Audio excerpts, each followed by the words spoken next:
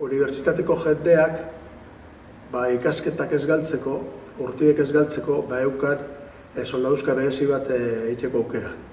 Eta zan, udetan egiten zana, eta hola posiblea zan kurtsoan zehar ikasketan jarraitzea eta gero udan soldaduzka, hola urte bitan, eta hori bai, bigarren kanpamendua, bigarren uda, amaituta gero, beharrezkoa zan 4 hilabetetan kuartel batera joatie, eta urte horretan itxi behar dozu horretik dekozu lana, ez dago bestere hori egine bareu. Alde batetik egon nintzen bi uda horietan bat Leridan eta bat beste bat Madrilen, eta gero jesuitetako lana itxi, eta urrenko 4 hilabetetan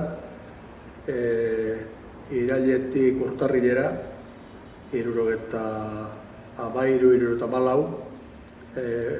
hilabete horietan Madrilen egon nintzen, soldaduzkan Carrero Blanco garaian.